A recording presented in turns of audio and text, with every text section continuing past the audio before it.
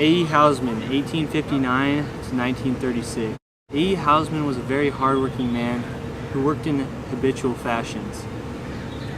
He created a high standard for himself and worked very hard and had tons of self-discipline early in his life. Because of this, he was able to create delicate, crafty poems that were full of the gentle regrets of challenges of life for Hausman.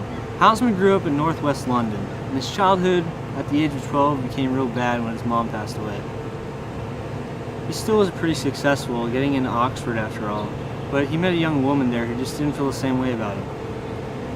This made him bitter inside upon his mother's death, and this is why people most say this is why he had so much bitter poetry. After schooling at Oxford, he went and worked at the patent office, while also teaching himself Greek and Latin at nighttime. In 1892, all of his hard work paid off when he became a university teacher, and he taught Latin at UCL. Although Hausman spent most of his life engaged in teaching and in scholarly pursuit, most of what he's known for is what he did on the side, and that's writing poetry.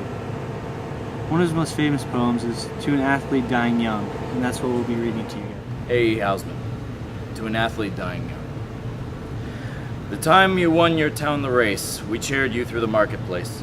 Man and boy stood cheering by, and home we brought you, shoulder high. Today all runners come. Shoulder high we bring you home, and set you at your threshold down, townsman of a stiller town. Smart lad to slip the times away, from fields where glory does not stay. And early through the laurel grows, it withers quicker than the rose. Eyes the shady night is shut, cannot see the record cut, and silence sounds no worse than cheers, after the earth has stopped the ears.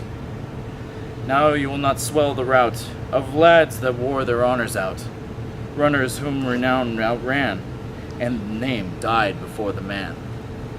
So set before its echoes fade, the fleet foot on the sill of shade, and hold to the low lintel up, the still defended challenge cup.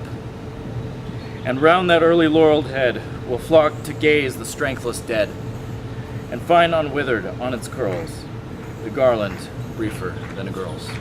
A. Hausman, To an Athlete Dying Young.